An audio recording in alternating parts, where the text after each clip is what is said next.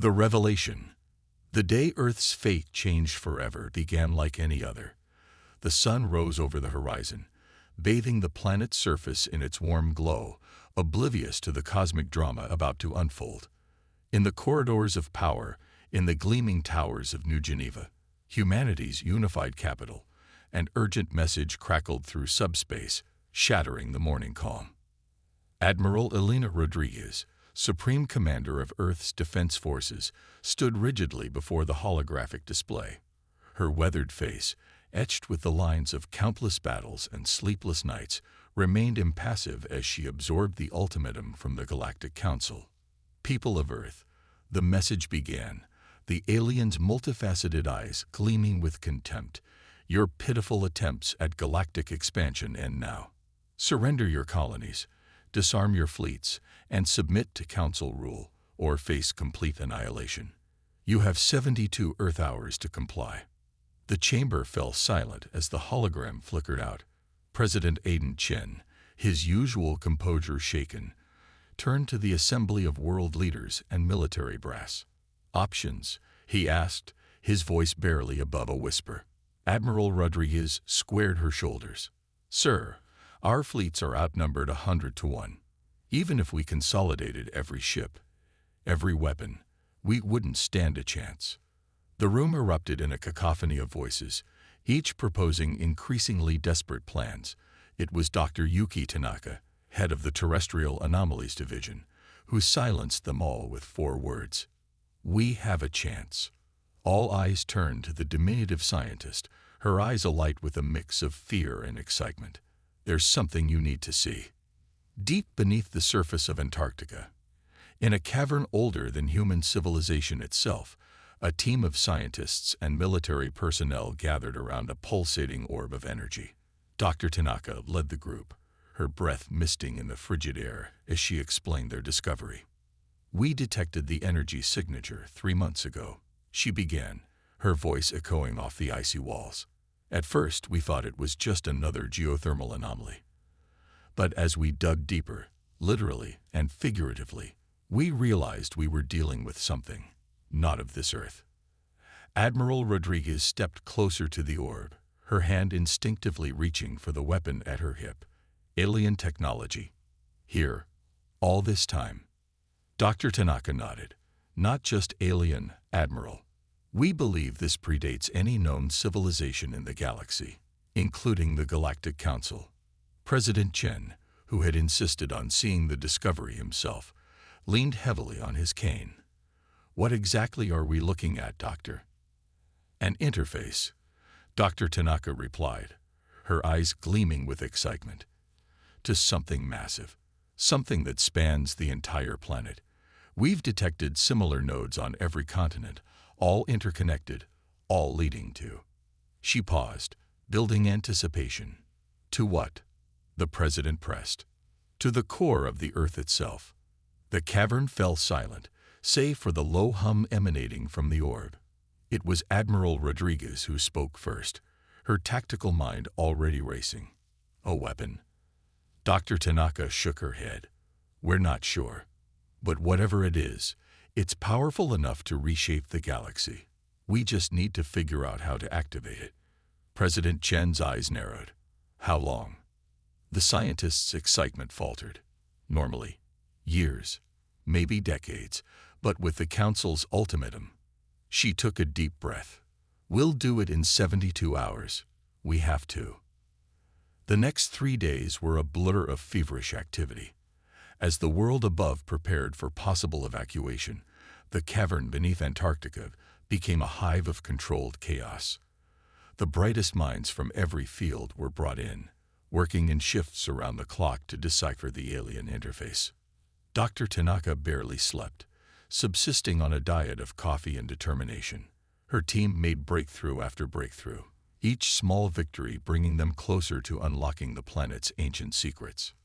Meanwhile, Admiral Rodriguez coordinated Earth's defenses, knowing full well that their current arsenal would be little more than a speed bump to the Council's vast armada. But every second they could buy might make the difference between extinction and survival. As the deadline loomed, tensions reached a fever pitch. With less than an hour remaining, Dr. Tanaka's team made the final breakthrough. "We've got it," she shouted, her voice hoarse from exhaustion. "We know how to activate the system." The cavern erupted in cheers, but Admiral Rodriguez remained focused. "What exactly will happen when we turn it on, Doctor?" Dr. Tanaka's excitement sobered slightly. "Honestly, we're not entirely sure, but based on our calculations, it's going to wake up something big. Really big." President Chen, who had remained on-site throughout the crisis, stepped forward. The weight of humanity's future rested heavily on his shoulders. "The Council's ships have entered the solar system," he said gravely. "We're out of options and out of time. Dr. Tanaka, proceed with the activation." With trembling hands, Dr. Tanaka input the final sequence into the alien interface. The orb's pulsing intensified, its glow becoming almost blinding. The ground beneath their feet began to tremble. "Energy readings are off the charts," one of the scientists shouted over the growing rumble. "Whatever this is, it's spreading across the entire planet." Outside the cavern, across the globe, the Earth itself seemed to come alive. Dormant volcanoes awakened, tectonic plates shifted, and the planet's magnetic field fluctuated wildly. In orbit, astronauts watched in awe as the blue marble they called home began to glow with an otherworldly light. Back in the cavern, the assembled leaders and scientists watched as the orb projected a massive holographic display of the Earth. Before their eyes, they saw the planet transform. Massive structures, hidden for eons beneath the crust, in the depths of the oceans, and even in plain sight disguised as natural formations, began to unfold and rise. "My God!"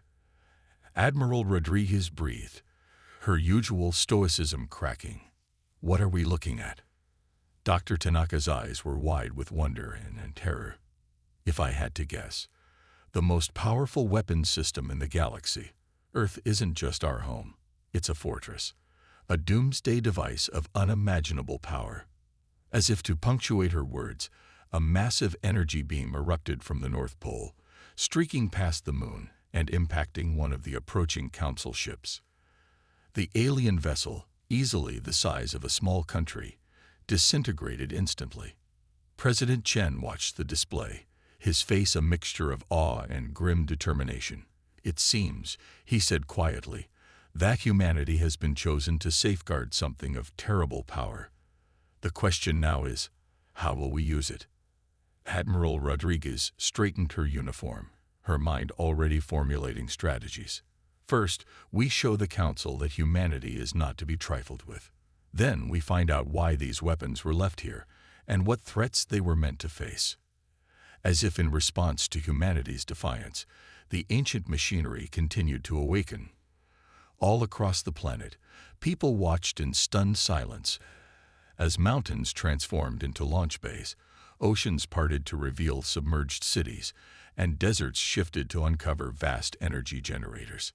In orbit, the Council's fleet faltered, clearly unprepared for the power now at Earth's disposal. Their communications array lit up with panicked transmissions, the once confident ultimatum replaced by confused pleas for explanation. Back in the cavern, as the full might of Earth's hidden arsenal revealed itself, Dr. Tanaka turned to her leaders. "I don't think this is just about us anymore," she said, her voice filled with equal parts excitement and trepidation. "I think we've just changed the course of galactic history." President Chen nodded solemnly. "Indeed we have, Doctor. And now we bear the responsibility of wielding this power wisely." He turned to Admiral Rodriguez. "Admiral, prepare a message for the Council. Tell them," he paused, weighing his words carefully, "tell them that the rules of engagement have changed. Earth is no longer a primitive world to be conquered, but the custodian of forces beyond their comprehension. We invite them to parley, as equals." As the message was dispatched, the assembled humans gazed at the holographic display of their transformed planet. The once familiar blue marble now bristled with ancient, awakened power. Earth, the cradle of humanity, had revealed itself to be so much more. A sleeping giant now roused to face the stars. The Galactic Council's plans lay in ruins, their mighty fleet rendered obsolete in a matter of minutes, and humanity, in one shocking revelation, found itself thrust onto the galactic stage, not as conquerors, not as victims, but as the inheritors of a legacy that would reshape the cosmos. The ancient death engines of Earth were ready, and the galaxy would never be the same. Awakening the Titans.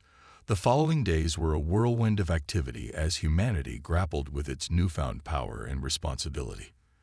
The ancient machinery, dubbed the Titan Network by Dr. Tanaka, continued to reshape the planet's surface and extend its influence into space. In orbit, the Galactic Council's fleet maintained a wary distance, their earlier bravado replaced by cautious observation. The Council's diplomats, caught off guard by Earth's sudden transformation, scrambled to formulate a response to President Chen's invitation to parley.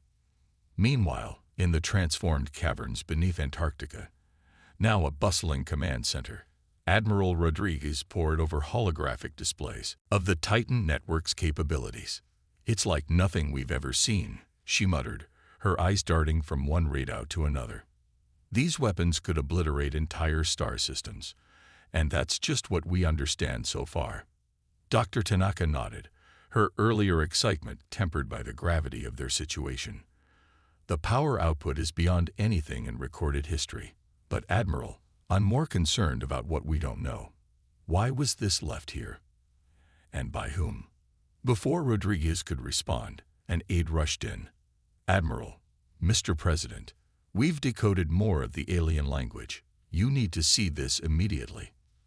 President Chen, who had been in near constant communication with world leaders, joined them at the central console. "What have you found?" The aide, a young linguist named Dr. Elias Okafor, pulled up a series of complex glyphs. "It's a warning, sir, or perhaps a mission statement. Roughly translated, it says, to stand against the darkness between the stars, to preserve the light of consciousness in the universe." A heavy silence fell over the room as the implications sank in. "There's something out there," Rodriguez said quietly, "something that even the beings who built this feared." Dr. Tanaka's face paled, and they left us as the guardians. President Chen straightened, his resolve visible. "Then we'd better learn how to use these weapons quickly. The Council may be the least of our worries." Over the next weeks, Earth became a hive of feverish activity. The Titan Network, seemingly sensing the urgency of its new operators, began to reveal more of its secrets. Massive structures, hidden beneath the ocean floors, rose to the surface. Islands of gleaming metal and pulsing energy, each the size of a small continent, emerged from the depths. From these platforms, enormous ships began to construct themselves, assembling from raw materials extracted from the Earth's core. In the skies, satellites and space stations that had lain dormant for millennia awakened, forming an intricate web around the planet. This celestial network extended its influence outward, enveloping the moon and reaching toward Mars and beyond. Dr. Tanaka led the scientific efforts to understand and control these godlike machines. Her team worked around the clock, deciphering alien mathematics and physics that made their most advanced theories look like child's play. "It's like they left us an instruction manual," she explained during one high-level briefing. "But it's written in a language so advanced, we're only now evolving the capacity to understand it." Admiral Rodriguez focused on the military applications, coordinating with armed forces worldwide to integrate the Titan network into Earth's defense strategies. The sheer scale of the weaponry at their disposal was mind-boggling. "We're not just talking about planetary defense anymore," she reported to President Chen. "With these death engines, we could theoretically protect the entire solar system, maybe even beyond." As humanity raced to master its new capabilities, the Galactic Council finally responded to Earth's invitation. A delegation would arrive to negotiate, they said, but the underlying threat in their message was clear. They would not relinquish control of the galaxy easily. The day of the Council's arrival dawned crisp and clear. The negotiation site, A newly risen platform hovering above the neutral waters of the mid-Atlantic hummed with barely contained power. President Chen, flanked by Admiral Rodriguez and Dr. Tanaka, stood at the head of Earth's delegation. Opposite them, emerging from a shimmering portal, came the representatives of the Galactic Council. The aliens were a diverse group, each species more bizarre than the last. Their leader, a towering insectoid being with iridescent wings and compound eyes, stepped forward. "I am High Counselor Xthar," it chittered, its words translated by advanced A. "We have come to discuss the situation." President Chen nodded respectfully. "Welcome to Earth, High Counselor. We're eager to establish a peaceful dialogue." Xthar's mandibles clicked in what might have been amusement. "Peace. You activate planet-killing weapons and speak of peace. Your species is either very brave or very foolish." Admiral Rodriguez bristled, but Chen held up a calming hand. "We activated defenses in response to your threat, Counselor. We seek not domination, but cooperation." The negotiations that followed were tense, filled with veiled threats and careful probing from both sides. The Council, it became clear, feared the power Earth now wielded. They spoke of galactic stability, of the need for centralized control. But it was Dr. Tanaka who changed the course of the talks. During a break, she approached Chen and Rodriguez, her eyes wide with excitement. "I've decrypted more of the ancient data," she whispered urgently. "The Titans weren't just built for defense. They're meant to be shared." Chen's eyebrows shot up. "Shared? With whom?" "With other worthy species," Tanaka explained. "It's like a test. Those who can awaken the Titans are meant to join some sort of galactic defense network. We're not meant to stand alone against the darkness. We're meant to unite the galaxy." Armed with this new information, Chen returned to the negotiations with renewed purpose. He laid out a vision of a galaxy united not by fear and domination, but by mutual protection and the pursuit of knowledge. Xthar and the other council members listened, their initial skepticism giving way to cautious interest. The power Earth commanded was undeniable, but the offer of partnership was unexpected. As the talks concluded, a tentative agreement was reached. The Council would recognize Earth's sovereignty and new status. In return, humanity would share the Titan technology with worthy worlds, creating a new galactic order based on cooperation rather than subjugation. But even as the diplomats shook hands, or tentacles, a shadow loomed on the horizon. Deep space sensors, newly awakened and more powerful than anything previously imagined, detected something massive approaching from the depths of intergalactic space. The darkness between the stars, it seemed, was stirring. Back in the Antarctic Command Center, now a gleaming citadel of alien technology meshed with human ingenuity, Admiral Rodriguez stared at the long-range sensor readings with growing concern. "What are we looking at, Doctor?" she asked, her voice tense. Dr. Tanaka shook her head, her face illuminated by the ominous red glow of the warning signals. "I'm not sure, Admiral, but whatever it is, it's big, bigger than anything we've ever encountered, and it's heading straight for the galaxy." President Chen, looking older than his years, joined them at the console. "How long do we have?" "At its current speed," Tanaka calculated quickly. "Maybe a year, 2 at most." Chen nodded gravely. "Then we have work to do. Admiral, begin full-scale production of our new fleet. Doctor, I need you to work with the Council scientists to upgrade as many worlds as possible with Titan technology." As they rushed to carry out their orders, Chen turned to gaze at the holographic display of the galaxy. Countless worlds glittered in the vast cosmic ocean, each one now under humanity's protection. "We awakened as guardians," he murmured to himself. "Now it's time to become saviors." The Titan network hummed with power, its ancient engines ready to face a threat older than civilization itself. Humanity stood at the threshold of its greatest challenge, armed with the legacy of a long-dead race and the hope of countless living ones. The true test was yet to come. But Earth and its newfound allies would face it together, the Titans awakened and ready for battle. The first strike. The year following Earth's dramatic unveiling of the Titan network was one of frenetic activity across the galaxy. Humanity, once confined to its solar system, now found itself at the center of a cosmic revolution. Under the wary eyes of the Galactic Council, Earth began sharing the Titan technology with carefully selected worlds. Dr. Tanaka led these efforts, traveling to distant stars to oversee the awakening of long-dormant defenses on alien planets. Meanwhile, Admiral Rodriguez coordinated the construction of Earth's new fleet. Massive shipyards in orbit around Jupiter churned out vessels that dwarfed anything humanity had previously conceived. Each ship was a city unto itself, powered by the same mysterious energy that fueled the Titan network. But as Earth prepared for the coming storm, tensions with the Galactic Council continued to simmer.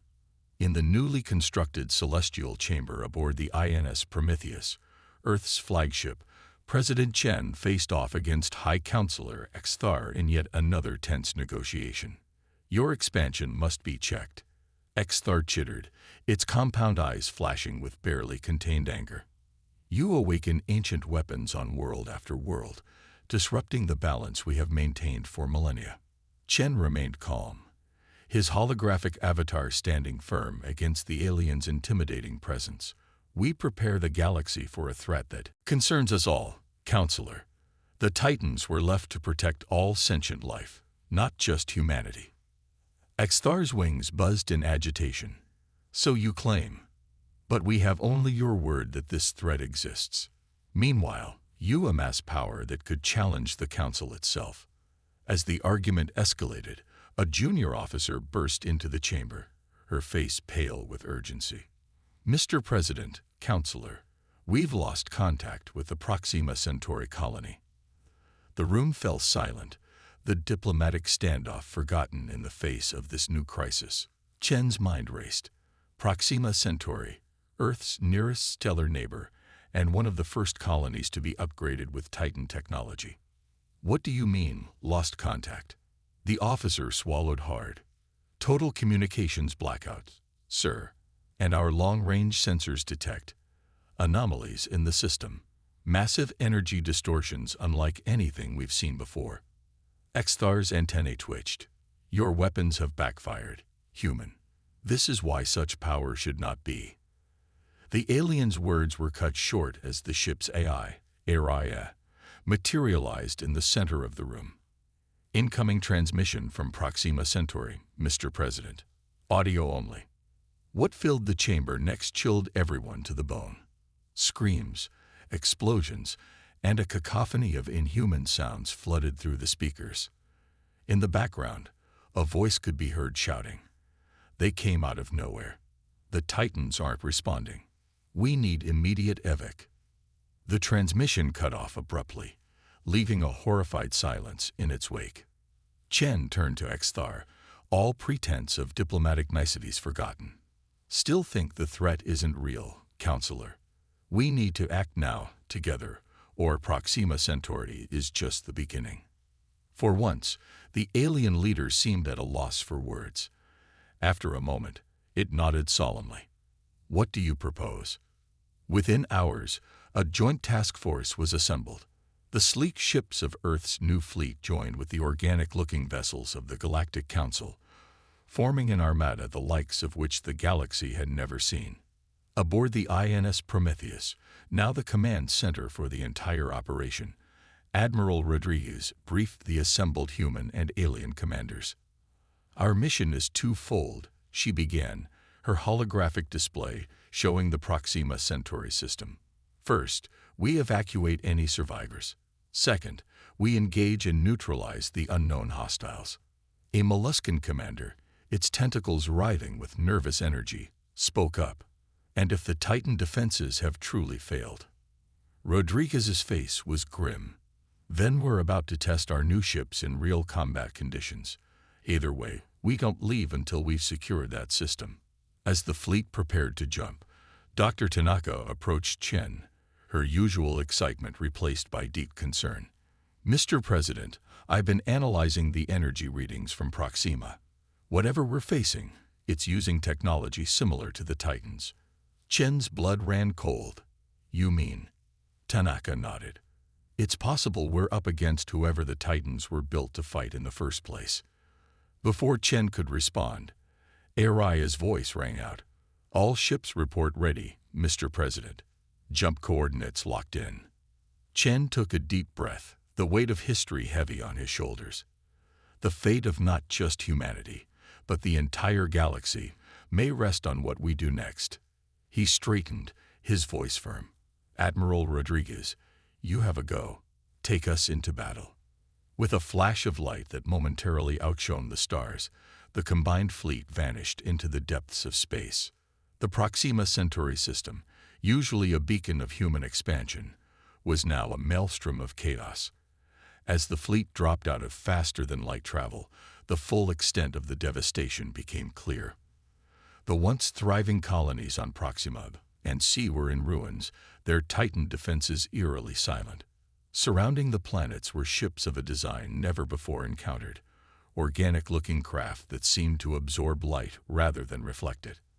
Admiral Rodriguez's voice crackled over the comms. All ships, battle formations. Cruisers, form a defensive perimeter. Carriers, launch fighters. And someone get those damn Titans online. The response was immediate. Earth's new ships, powered by Titan technology, moved with a grace that belied their massive size. Council vessels fell into formation alongside them, ancient rivalries forgotten in the face of a common enemy. As the first wave of alien fighters approached, the true capabilities of Earth's death engines were finally unleashed. Beams of energy that seemed to distort the very fabric of space lashed out, annihilating entire squadrons in seconds. But the enemy was far from outmatched. Their ships, seemingly impervious to conventional weapons, launched counterattacks that bypassed shields and armor alike. In the midst of the chaos, Dr. Tanaka worked feverishly to reactivate the planetary Titans. There's some kind of dampening field, she shouted over the sound of distant explosions. It's like they knew exactly how to shut them down. On the bridge of the Prometheus, Chen watched the battle unfold with a mixture of awe and horror. Earth's fleet was holding its own, but the price was high. For every enemy ship destroyed, one of theirs fell silent. Mr. President, Araya's calm voice cut through the chaos.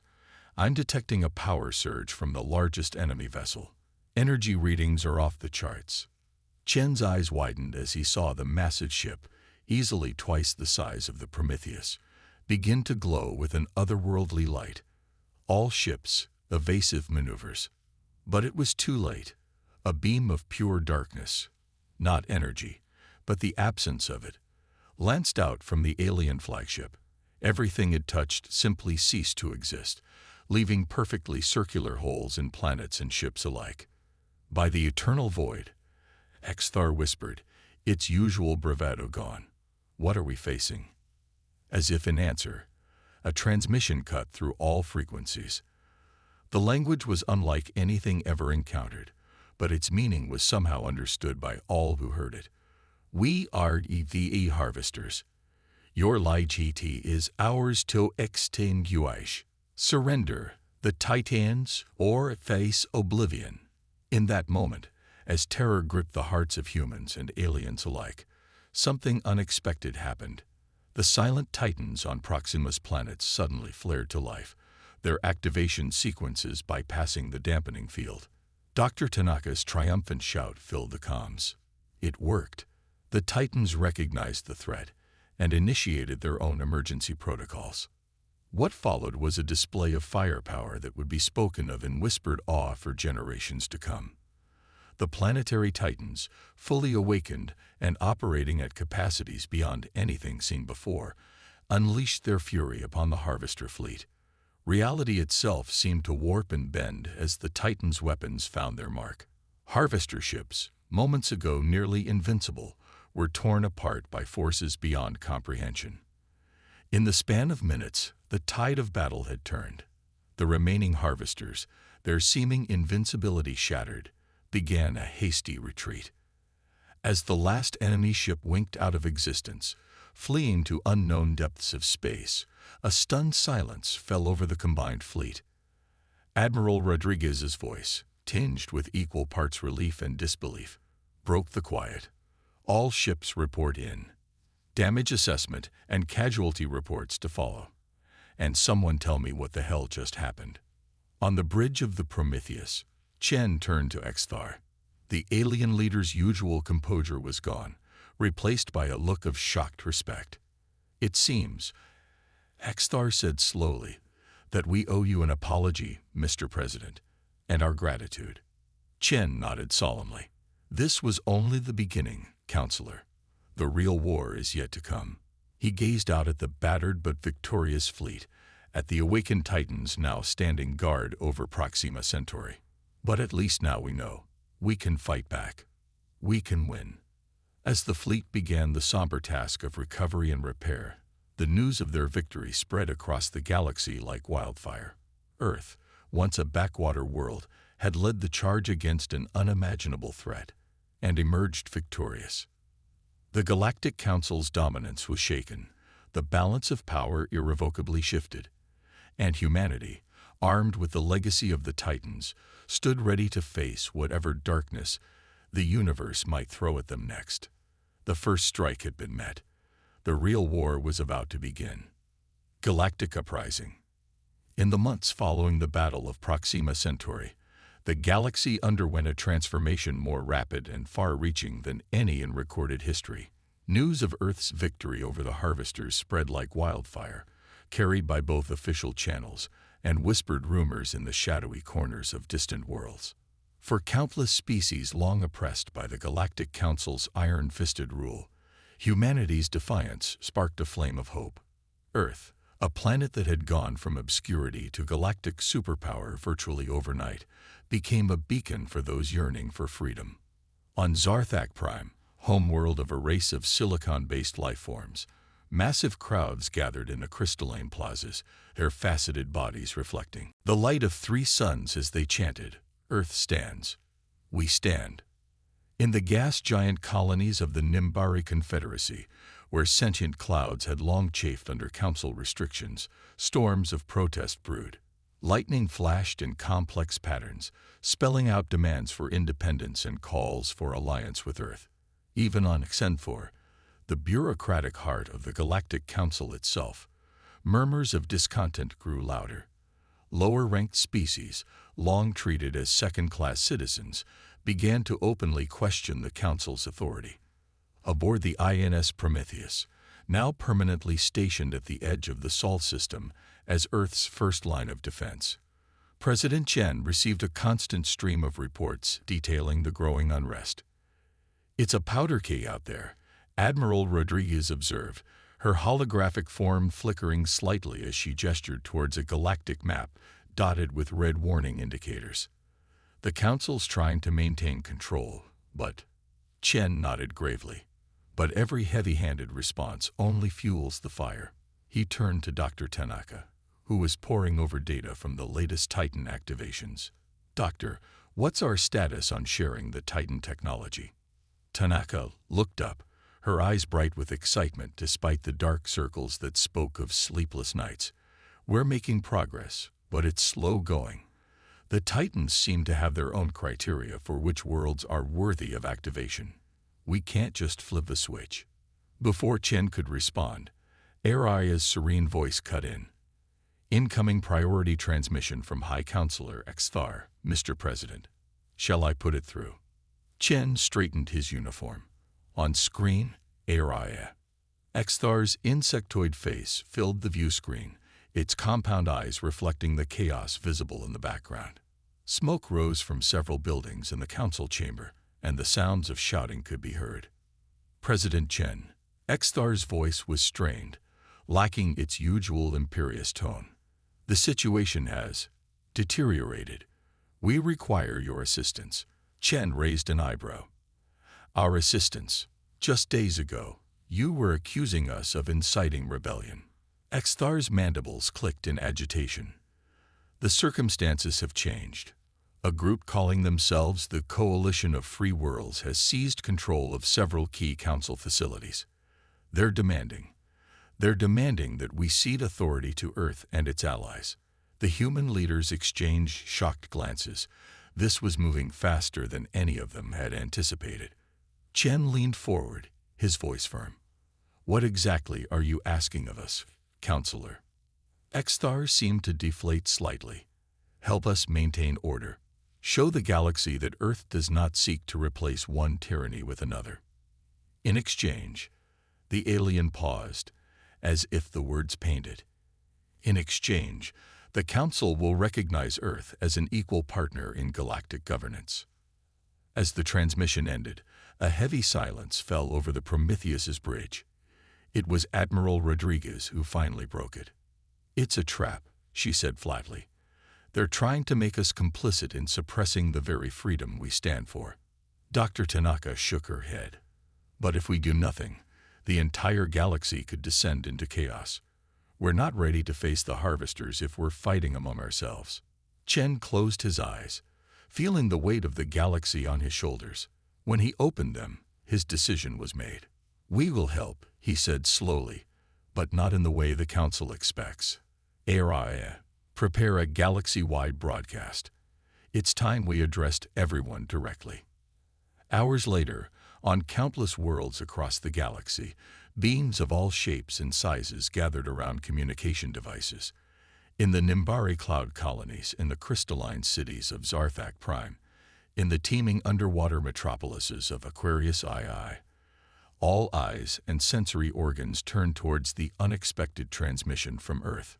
President Chen's image appeared, backdropped by the impressive bridge of the Prometheus.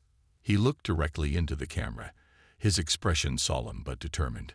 "People of the galaxy," he began, his words automatically translated into thousands of languages.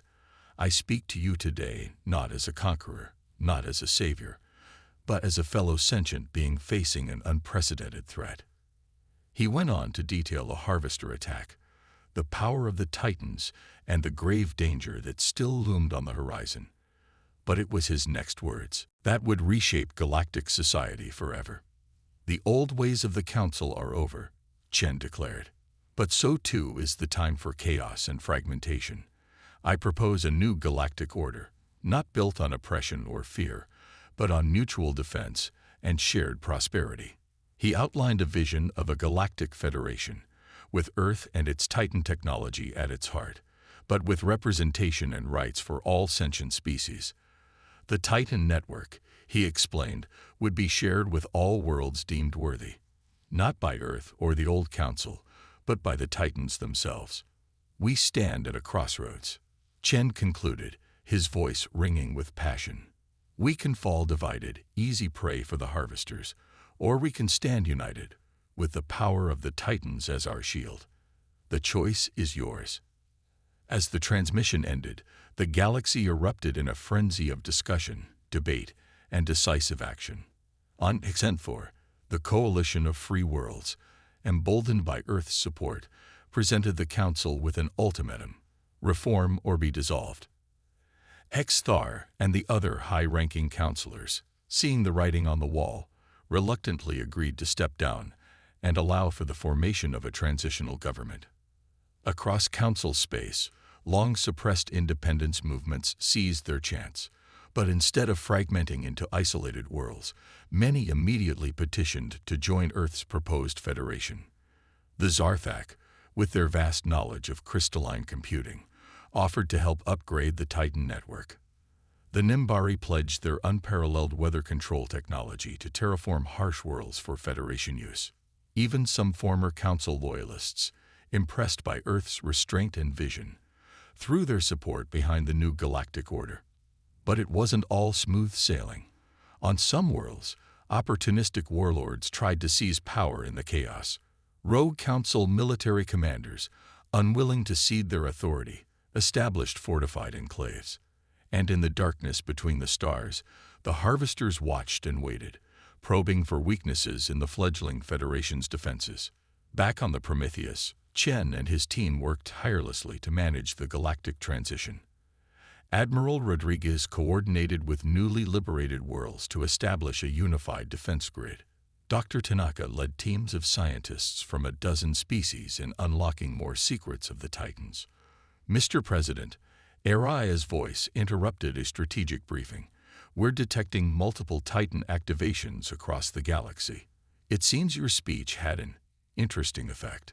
Chen rushed to the main view screen, watching in awe as planet after planet lit up with the telltale energy signatures of awakening Titans. It was as if the ancient machines, dormant for eons, had been waiting for precisely this moment, for a galaxy united and ready to stand against the encroaching darkness. By the stars, Dr. Tanaka breathed, her eyes wide. It's like they were waiting for us to prove ourselves worthy. Admiral Rodriguez allowed herself a small smile. Looks like the galaxy chose sides, sir, and they chose us. Chen nodded, a mix of pride and trepidation washing over him. Earth had started this journey alone, a single world against the cosmos. Now it stood at the head of a galactic alliance, armed with weapons of unimaginable power. But as reports of Harvester scout ships at the edges of known space began to trickle in, Chen knew that the real test was yet to come. The galaxy had united. The Titans had awakened. Now, they had to win the war. The final confrontation. The newly formed Galactic Federation had barely a year to prepare before the Harvesters launched their full-scale invasion. It began with a wave of simultaneous attacks on the outermost colonies, a blitzkrieg of such ferocity that even the awakened Titans struggled to hold the line. Aboard the INS Prometheus, now the flagship of the Federation fleet, alarms blared as reports flooded in from across the galaxy. Multiple breaches in sectors 7 through 13. Araya's usually calm voice was tinged with urgency. Harvester ships numbering in the millions.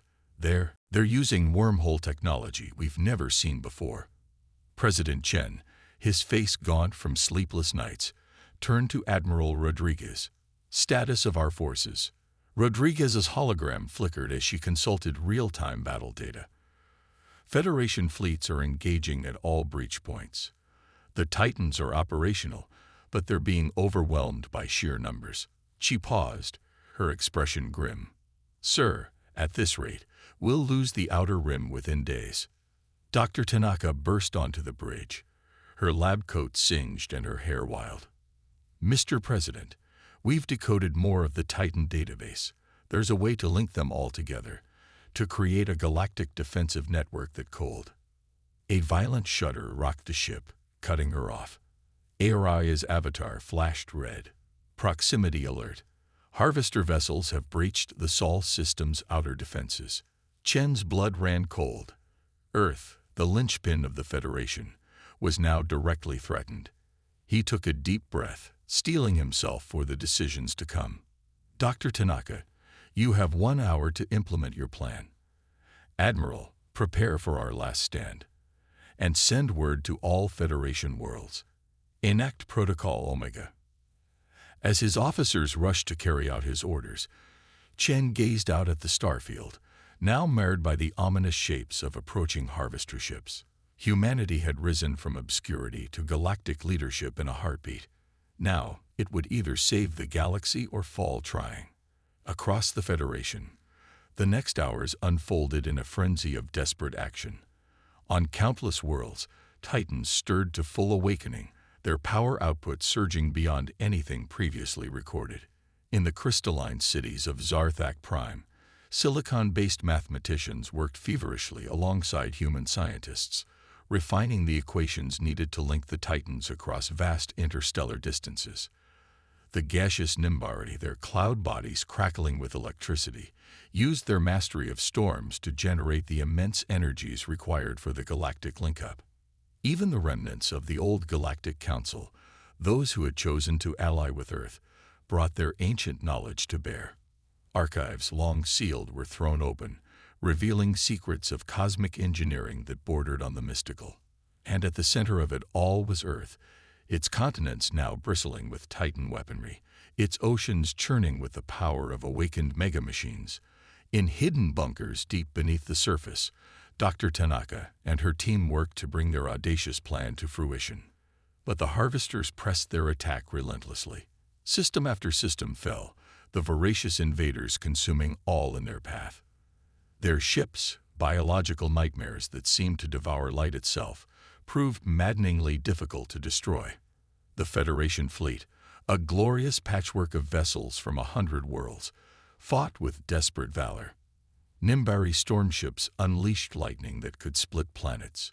Zarthak crystal cruisers fired beams that altered the fundamental forces of physics. Earth's Titan-enhanced vessels, led by Admiral Rodriguez aboard the Prometheus, struck with the fury of a species fighting for its very existence. But still, the harvesters came on. As the battle for Sol reached its fever pitch, with harvester ships now engaging Titan defenses in the orbit of Jupiter, Dr. Tanaka's voice crackled over the comms. "Mr. President, we're ready." But she hesitated. "The power requirements are off the charts. We'll have to channel the energy through a single point, a focal node for the entire network." Chen understood immediately. "Earth will be the focal point." "Sir," Rodriguez cut in, her voice tight with concern. "The feedback could destroy the entire planet." "We can't." "We can, and we must," Chen interrupted. His voice was calm, filled with a resolute acceptance of what had to be done. Better to risk one world than lose them all. He turned to Araya, broadcast on all Federation channels. Taking a deep breath, Chen addressed the galaxy one last time. "People of the Federation, the moment has come for our final stand. To all ships, to all worlds still free, focus your fire on the Harvester command vessels. To the Titans and those who tend them, prepare for universal activation on my mark. And to Earth," he paused, his voice thick with emotion. "To Earth, I say, it has been the highest honor to lead you. Whatever comes next, know that this day, humanity stood tall." As Chen's words echoed across the stars, a strange calm settled over the battlefield. Federation ships, many of them battered and burning, maneuvered into position. On countless worlds, beings of all species held their breath, watching, waiting. The harvesters, perhaps sensing the shift, redoubled their assault on Earth. Their largest ships, monstrous constructs that dwarfed even gas giants, moved to form a ring around the planet. In that moment, as humanity's homeworld faced its darkest hour, Chen gave the order. Now, what happened next would be debated by scientists and philosophers for millennia to come.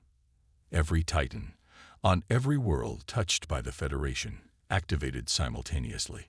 Energies beyond comprehension coursed through subspace, all of it funneling towards a single blue marble hanging in space. Earth, cradled of humanity, and now the linchpin of galactic salvation, began to glow. Continents cracked, oceans boiled, as power beyond imagining surged through the planet's core. Aboard the Prometheus, alarms screamed as sensors overloaded. "It's working," Tanaka shouted over the din. "The Titans are linking up." There. Her words were drowned out as reality itself seemed to warp. Earth, glowing like a newborn star, pulsed once, twice. And then it unleashed hell. A wave of pure destruction. The combined might of every Titan in the galaxy focused through a single point, exploded outward. It washed over the Harvester fleet like divine judgment, their supposedly invincible ships crumbling like paper in a flame. The wave expanded at impossible speeds, rippling out through the Sol system, then beyond, touching every corner of the galaxy in mere moments. Wherever it encountered Harvester ships or technology, it simply erased them from existence. And then, as suddenly as it began, it was over. In the stunned silence that followed, the galaxy held its breath. Had it worked? Was the threat truly over? Slowly, reports began to trickle in. From every sector, every system, the news was the same. The Harvesters were gone. Not defeated, not driven back, but utterly expunged from the galaxy. But the victory had come at a terrible price. Where Earth once hung in space, there was now something else. a swirling vortex of energy, a miniature galaxy in itself, pulsing with the combined power of all the Titans. As Federation ships cautiously approached, they made an astounding discovery. The vortex was a portal, a gateway to somewhere else. And from within it, faint but unmistakable, came a transmission. We live, we endure, we stand guard. Through our sacrifice, the galaxy is safe. Do not mourn us, for we have become more than we ever dreamed. We are the Titans now, the eternal guardians against the dark. Live well, grow, explore, and know that we will always watch over you. Amidst tears of joy and sorrow, the leaders of the Federation realized the truth. Humanity, in its final and greatest act, had transcended physical form. They had become one with the ancient machinery they had awakened, ascending to a higher plane of existence. Earth was gone, but its legacy would endure forever. The Galactic Federation, born in fire and tempered by unimaginable sacrifice, stood poised to usher in a new era of peace and discovery. And at the heart of it all pulsed the Earth-Titan nexus, a constant reminder of the indomitable spirit of a species that had risen from obscurity to save the galaxy. The Harvesters were defeated. The old Galactic Council was no more. And humanity, in its final and most profound transformation, had truly become the guardians of all life. As ships from 100 worlds gathered around the swirling vortex that had once been Earth, Admiral Rodriguez's voice, choked with emotion, summed up the feelings of trillions. Humanity, fuck yeah.